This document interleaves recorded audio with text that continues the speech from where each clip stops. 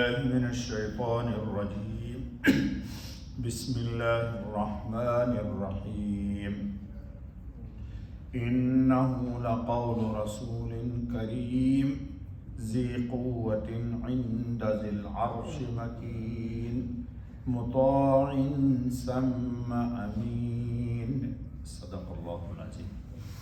دوستو، یہ آیت رمضان المبارک سے پہلے بھی پڑھی گئی تھی اور اس پر 2 روز درس ہوا ہے۔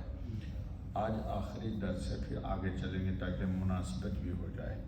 سب سے پہلے اللہ رب العزت کی ان کی شایان شان حمد و ثنا ہے کہ اس نے ہمیں رمضان بھی عطا کیا اور رمضان کے بعد کے دن بھی ہمیں عطا کیے۔ دوستو، اللہ ہی ہمارا رب ہے، وہ چند مواسم عطا کرتا ہے تاکہ بندے اس کے قریب ہو جائیں۔ وہ اللہ جو رمضان میں ہم سے قریب تھا آج بھی ہم سے قریب ہے۔ جی، بندے بے شک اس سے دور ہو جائیں لیکن وہ قریب ہے۔ بہرحال ہم اسی کی عبادت کرتے ہیں، موسم سے بھی فائدہ اٹھاتے ہیں، اور رمضان چلا گیا تو بھی ہمارے وہ رب ہیں، ہم ان کی جناب میں اسی طرح عبادت کرتے رہیں گے جب تک کہ ہماری حیات ہے۔ خیر، یہ جو آج کا درس ہے دوستو، انہو لقول رسول کریم، مقرر یہ کیا ہے ایک بھیجے ہوئے عزت والے کا، ذی قوت عند ذی العرش مکین،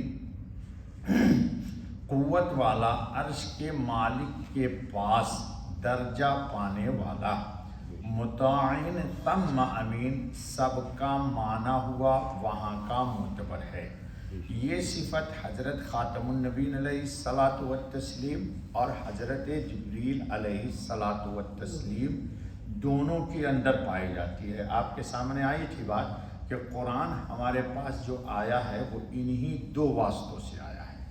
اللہ رب العزت سے قرآن کے کلمات کو، آیات کو جبریل علیہ السلام نے اخذ کیا، اور جبریل علیہ الصلاۃ والتسلیم نے امانتاً بغیر کسی ہیر پھیر عدل بدل کے بعینی یہ امانت حضرت خاتم النبیین علیہ الصلاۃ والتسلیم تک پہنچا دی، اور حضرت خاتم النبیین علیہ الصلاۃ والتسلیم نے بعینی وہ اللہ کے کلام کو ہم تک پہنچا دیا جو قرآن کی شکل میں موجود ہے۔ ٹھیک ہے دوستو، اب جبریل علیہ الصلاۃ والتسلیم کیسے وحی حاصل کرتے ہیں اللہ سے، یہ گفتگو رہ گئی تھی۔ آج کا درس گویا کہ پارٹ نمبر 3 ہو جائے گا۔ ذرا ایک روایت سن لیجئے تو اس سے بات واضح ہو جائے گی۔ حضرت نواس بن سمعان رضی اللہ تعالیٰ عنہ کی روایت ہے کہ رسول اللہ خاتم النبی صلی اللہ علیہ وسلم نے ارشاد فرمایا کہ جب اللہ کسی امر کی وحی کرنی چاہتا ہے تو وحی کے ساتھ کلام فرماتا ہے۔ اللہ پاک جو وحی نازل کرتے وہ اللہ پاک کلام فرماتے ہیں، جس سے آسمانوں میں ایک سخت لرزہ پیدا ہو جاتا ہے۔ کہاں پیدا ہو جاتا ہے لرزہ؟ آسمان میں۔ سب آسمانوں والے اس کو سنتے ہیں تو بے ہوش ہو جاتے ہیں۔ سارے فرشتہ اللہ کے اس کلام کو سنتے ہی بے ہوش ہو جاتے ہیں اور اللہ تعالیٰ کے سامنے سجدہ میں گر پڑتے ہیں۔ پھر ہوش میں آ کر سب سے پہلے سر اٹھانے والے حضرت جبریل علیہ الصلاۃ والسلام ہوتے ہیں۔ سب سے پہلے ہوش میں کون آتے ہیں؟ جبریل علیہ السلام۔ اللہ ان سے اپنی وحی کے ساتھ کلام کرتا ہے۔ پھر حضرت جبریل علیہ السلام ملائکہ کی طرف سے گزرتے ہیں۔ جس آسمان کی طرف سے حضرت جبریل علیہ السلام گزرتے ہیں، ان کے فرشتے حضرت جبرائیل علیہ السلام سے پوچھتے ہیں کہ حضرت جبرائیل علیہ السلام، ہمارے مالک یعنی اللہ رب العالمین نے کیا فرمایا ہے؟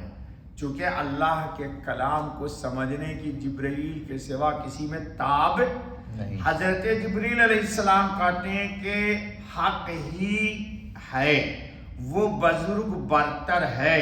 پھر سب ملائکہ ویسے ہی کہتے ہیں۔ حضرت جبریل علیہ السلام وحی کے متعلق حکم الہی کے موافق کہتے ہیں، یعنی جو اللہ کی